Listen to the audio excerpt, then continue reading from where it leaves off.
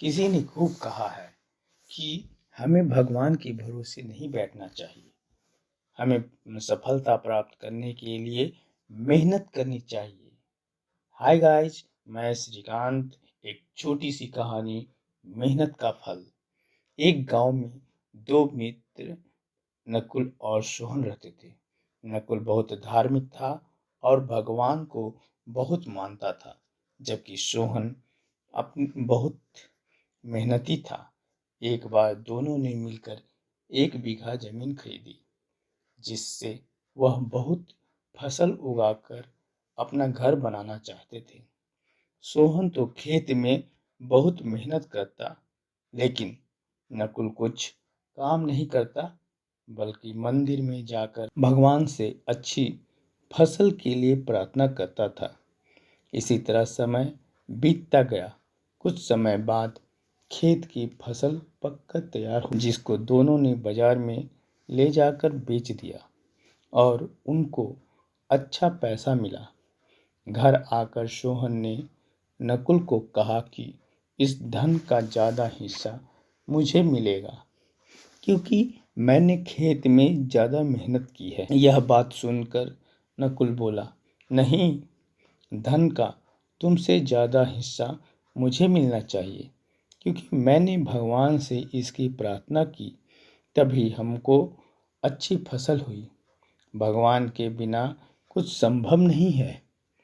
जब वह दोनों इस बात को आपस में नहीं सुलझा सके, तो धन के बंटवारे के लिए दोनों गांव के मुखिया के पास पहुंचे।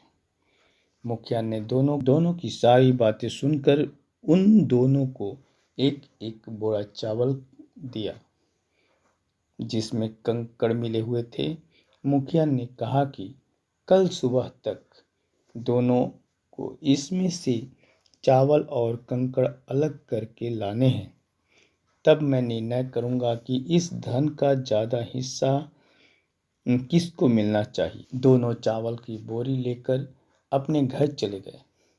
सोहन ने रात भर जगकर चावल और कंकड़ को अलग किया, लेकिन नकुल चावल की बोरी को लेकर मंदिर में गए और भगवान से चावल में से कंकड़ अलग करने की प्रार्थना की। अगले दिन सुबह सोहन जितने चावल और कंकड़ अलग कर सका, उसको ले जाकर मुखिया के पास गया, जिससे दोनों मुखिया खुश हुआ जिसे देखकर मुखिया खुश हुआ। नकुल वैसे ही बोरी ले जाकर मुखिया के पास गया। मुखिया ने नकुल को कहा कि दिखाओ, तुमने कितने चावल साफ किए।